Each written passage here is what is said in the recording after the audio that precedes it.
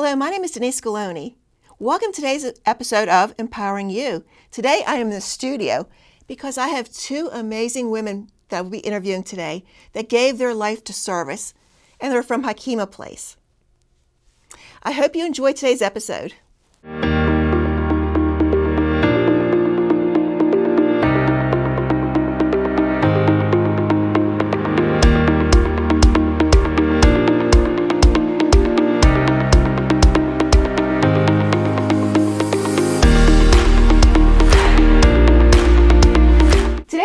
I have two wonderful ladies with me. Kate Fletcher, who's the founder of Hakima Place. As a sister of the Divine Redeemer in Pittsburgh, Pennsylvania, Kate spent 2 decades serving in education and administration. After leaving the convent, she ran the administration of a busy nursing home. Years later, after marrying Dr. Leonard Fletcher, she and Fletch devoted countless hours to helping an impoverished Appalachian community in West Virginia. Widowed at a relatively young age in 2002, Kate again felt drawn to the life of service. At the time, Kate recalls, experts were predicting that over 20 million children in Africa would be orphaned due to AIDS, an unthinkable, horrifying number. Upon Googling AIDS, Kate discovered a children's home in Nairobi, Kenya, one of the countries in Africa hit hardest by the HIV and AIDS epidemic. Kate, who spent part of her childhood in an orphanage, knew firsthand the devastating impact of poverty and illness on children, and the challenges of providing orphan children with a safe, loving, and family-like home. In 2003, Kate moved to Nairobi and immersed herself in the challenging new role of full-time volunteer. Over time, she observed that some children were more likely to fall through the cracks of the overburdened social service system. Among them were girls who had been orphaned because of AIDS, but who themselves were HIV negative. In 2005, with the support of a board of directors, private donors, and churches here in the United States, Kate founded Hakima Place. Also with Kate today, we have Laura Bright, the executive director of Hakima Place. Laura grew up in a small town in West Virginia, and throughout her life, she always felt called to help those in need. She focused her education on the criminal justice system in order to help those navigate the complexities of the legal system. She graduated from West Virginia University with a bachelor's degree in sociology with a concentration in criminal justice, which led her to Pittsburgh. Laura began her career in the nonprofit world with a local victim service organization as an advocate for people who were going through the hardest time in their lives after experiencing domestic violence, sexual assault, or other crimes such as assault or homicide. In August of 2021, Laura felt called to action as she learned of a position with Hakima Place and knew this organization was meant for her. Committing her career to encouraging, supporting, and empowering young women to become the best versions of themselves, they can be called to her, and she knew she was joining the perfect organization for her. She joined the Hakima family and immediately jumped eager to learn everything there was to learn. Since then, Laura has dedicated herself to living out the vision that Kate began in 2005. Having a chance to be part of the lives of each and every girl who comes to Hakima Place reminds her of the positive change happening throughout the work of Hakima Place. Ladies, thank you so much for being here. You're so welcome. Thank you for having us. I have to tell you, normally someone sends me a bio and I cut some of it out. I think, I'll cut this out. Your bios were so wonderful. I couldn't cut anything out because you really devoted your life to service, both of you. Thank you. Thank you. And it's just such an amazing story. Kate, let's start with you. Okay.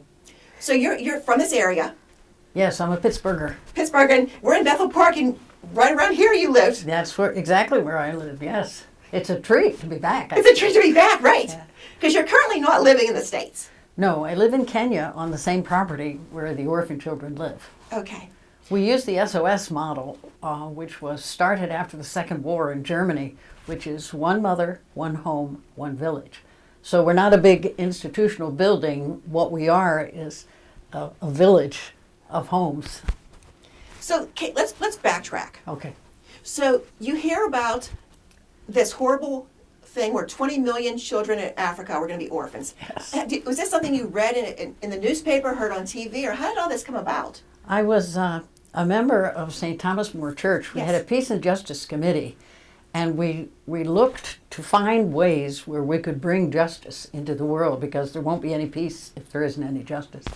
So it was there that I learned that the United Nations was predicting that 20 million orphans, and in fact, Kenya only has 50 million people, and 2 million of them are orphans.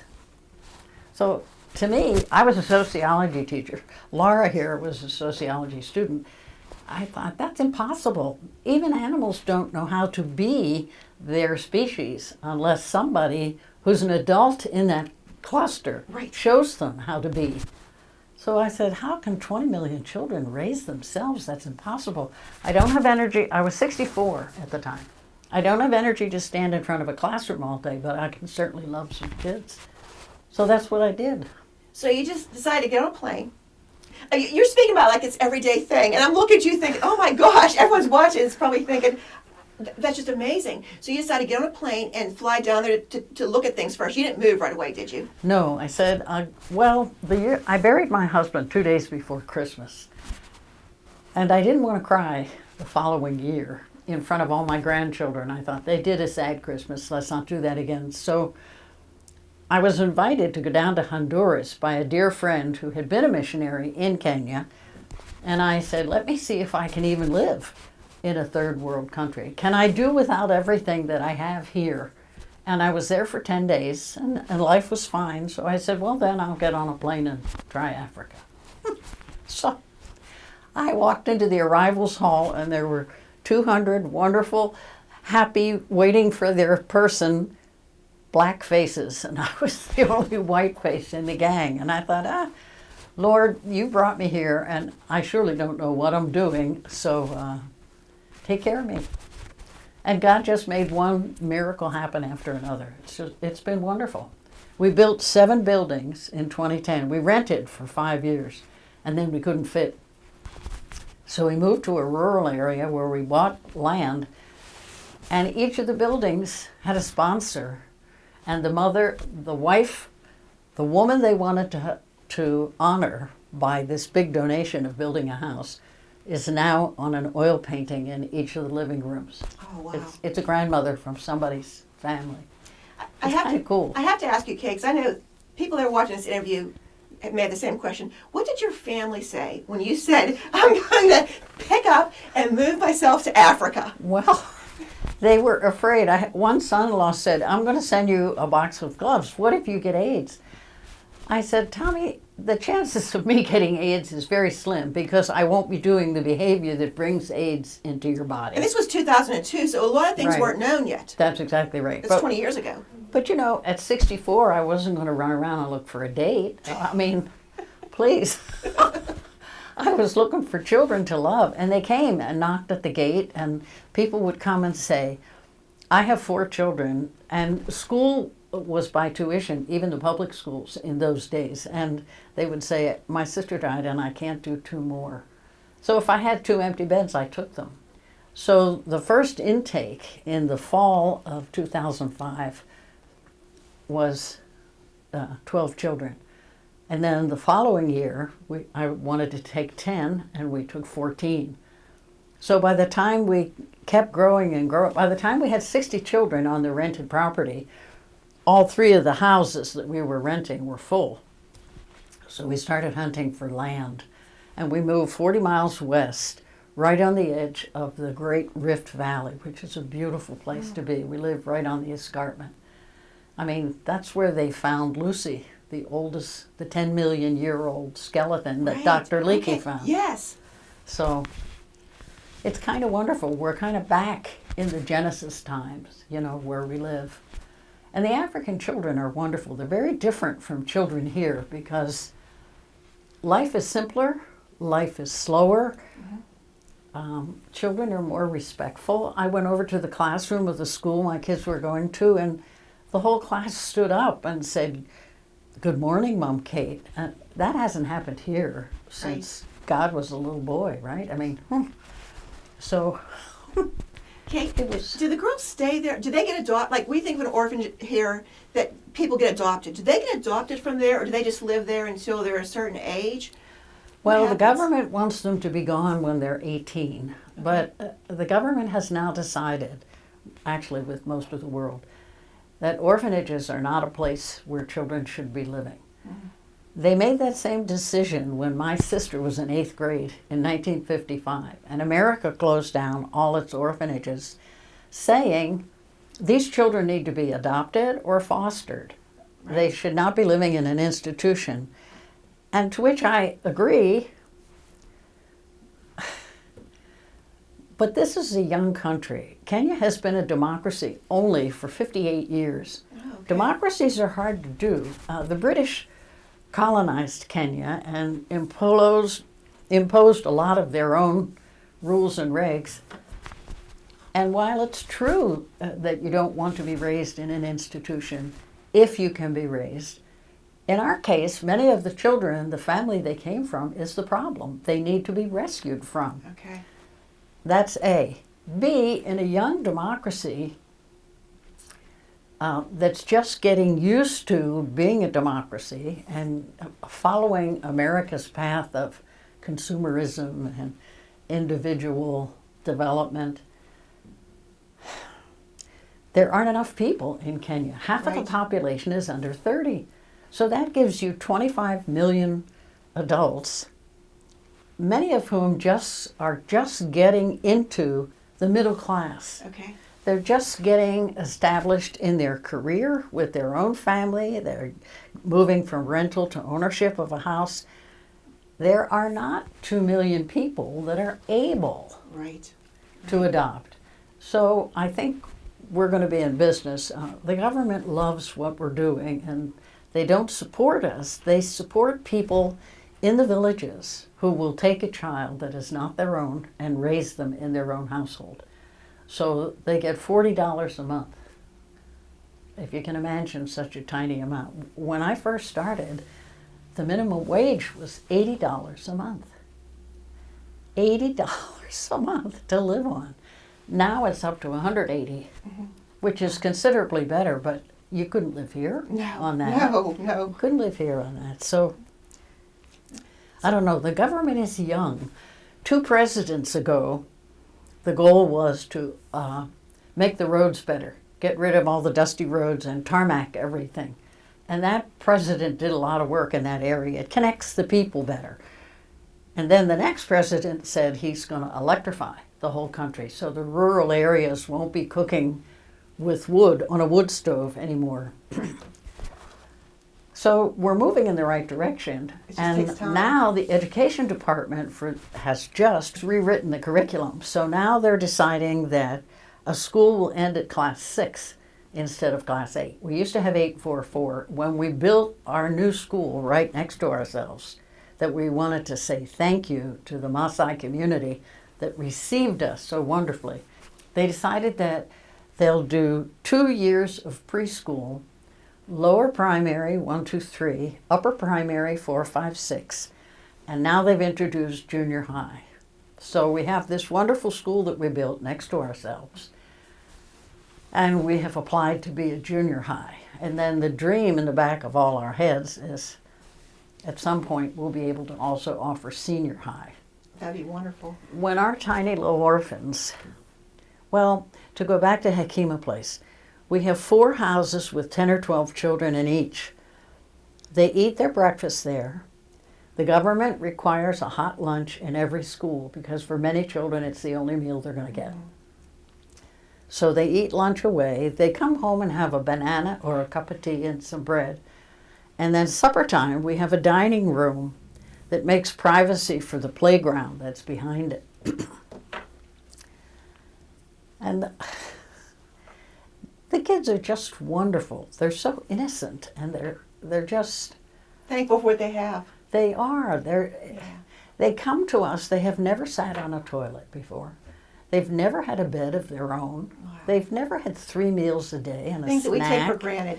They don't really get a chance to be children Yeah, exactly. when they're in some of the situations that they're in. You Yeah. know, they are, especially females, they're not prioritized for education. You know, they're being raised to be their mothers, their grandmothers, the female generations that have come years and years and years before them.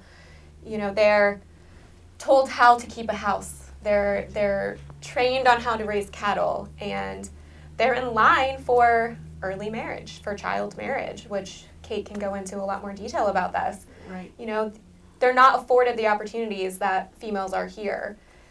They're not given priority for education, so they're not allowed to be children. And what's happening now is the kids are getting to be kids. They're Right. playing. That's wonderful. They're learning. They're growing. They're learning that there's choices for them in the world. They're learning about career paths that aren't being a mother and a wife. It's incredible to see them flourish. Laura, when did you first hear about Hakima Place?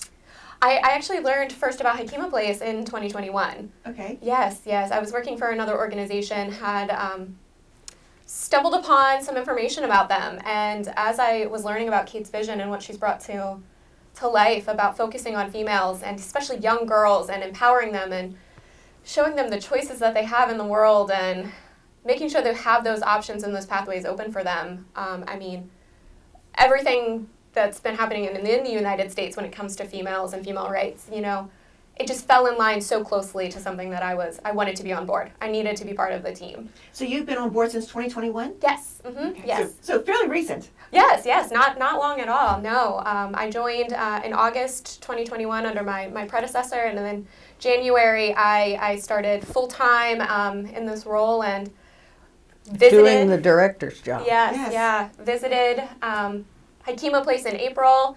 Got to see and play and experience what it actually means for us in the United States, because we are so far apart, and it's so wonderful to actually be able to live it for a short period of time, and it's beautiful, and it makes you want to come back, and it connected me even more to what I was so excited about to begin with. So it's been wonderful.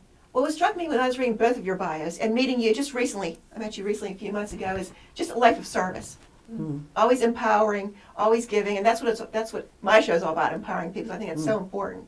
It truly is. Well, I think that's where joy happens. I think we have the mistake here in America that we'll be happier and better off if we have more stuff. More stuff. It's always And more stuff. stuff is not, what we do with these children.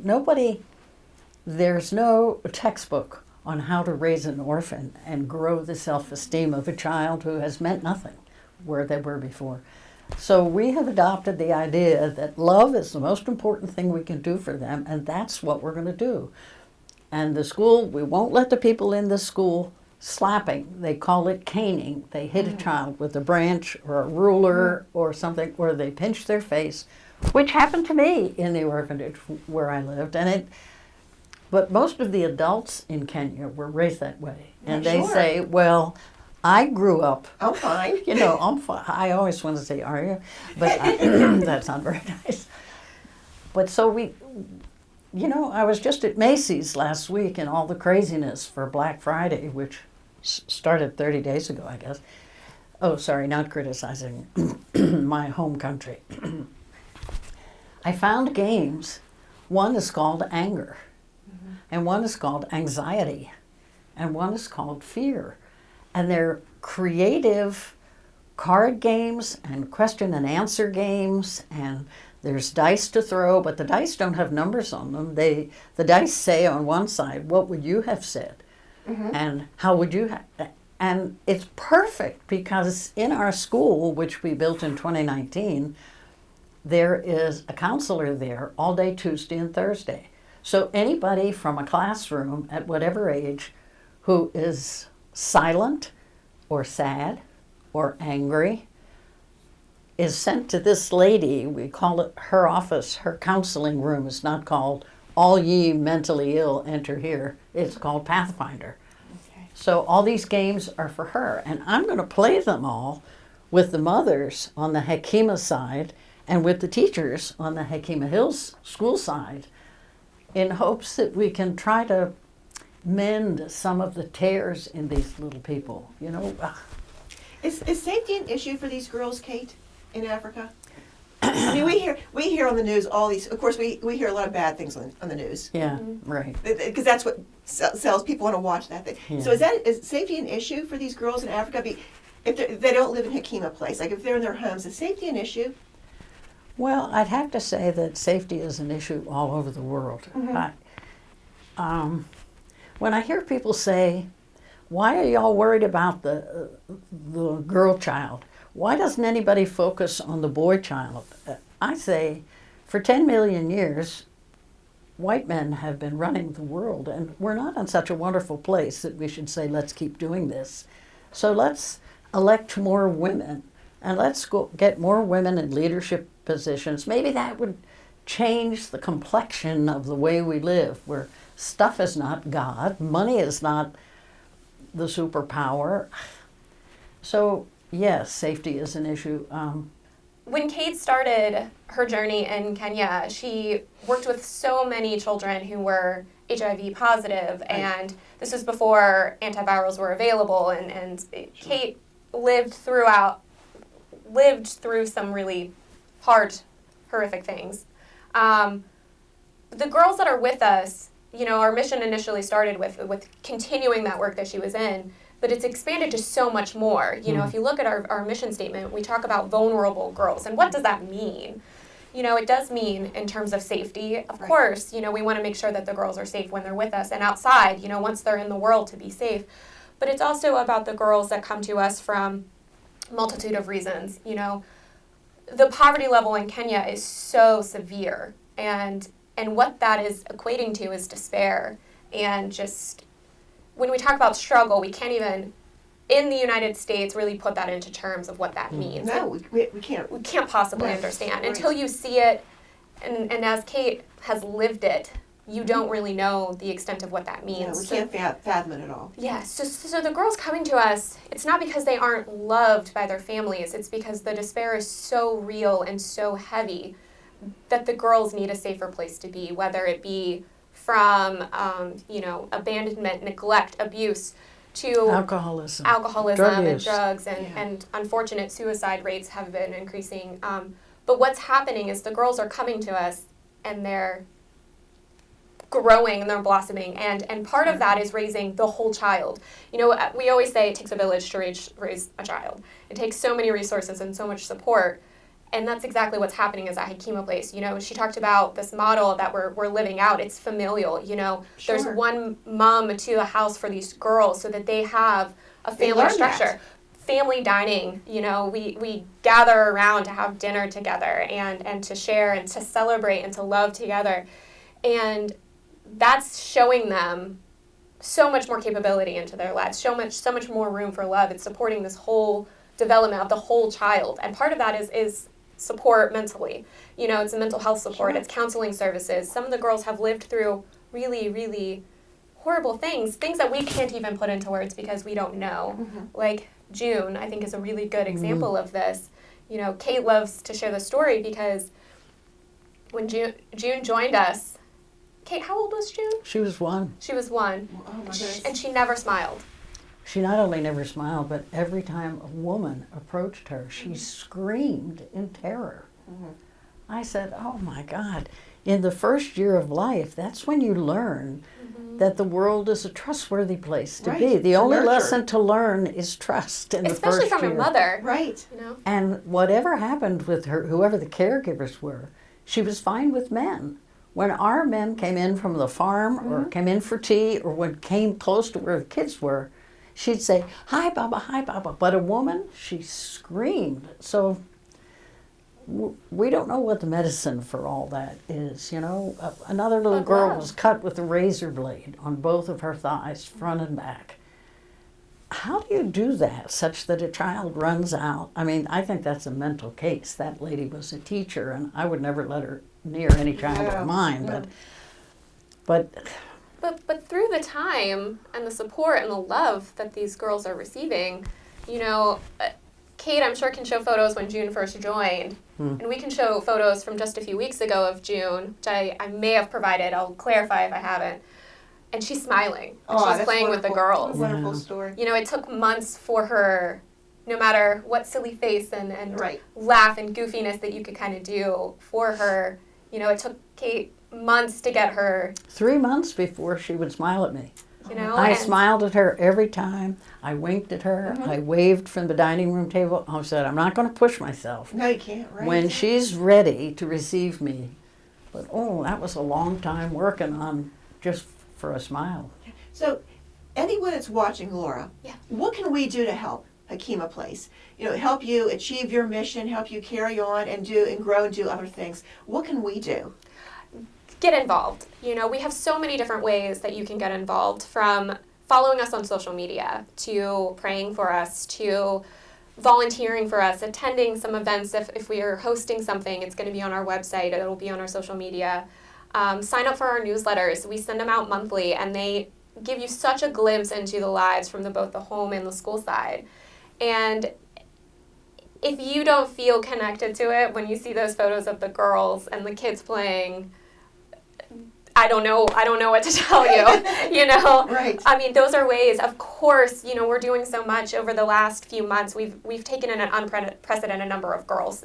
As you can tell, the need is going to continue, and it's going to continue to increase. Right. If you're financially able, consider donating, and whatever you're able to share, of course. But sharing the word of what we're doing is right now the most important thing, because naturally other things will follow for us. So the more people that are getting involved, being participants, being active, following along with us as we go through this journey together, and sharing will make all of the It difference. takes for a us. half a second to share something. It does. Like it, share it, all Right. of those things. Absolutely. Kate, any final words as we wrap up? Yeah, we have to say thank you to the Pittsburgh community, to Bethel and Upper St. Clair and Peters, Dormont, and the city itself.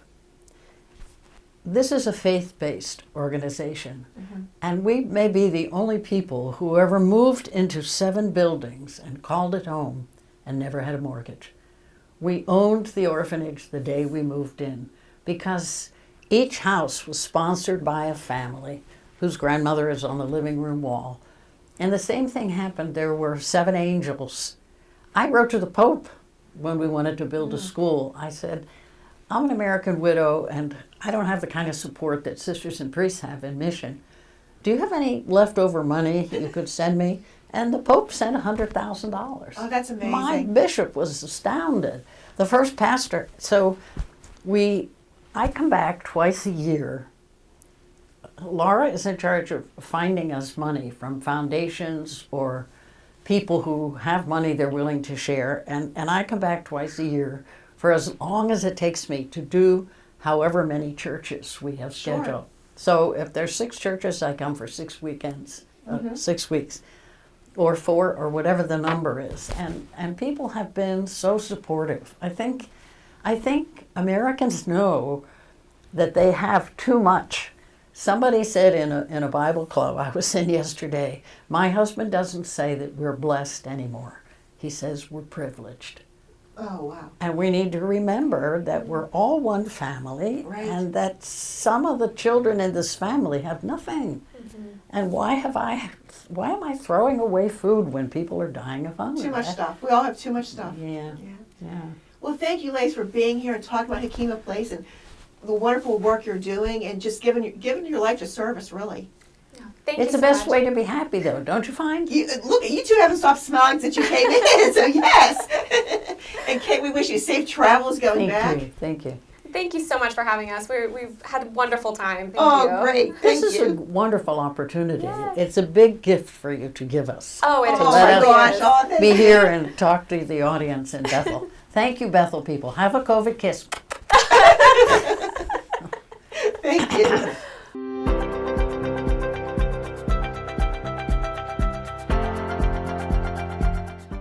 Thank you for watching today's episode of Empowering You.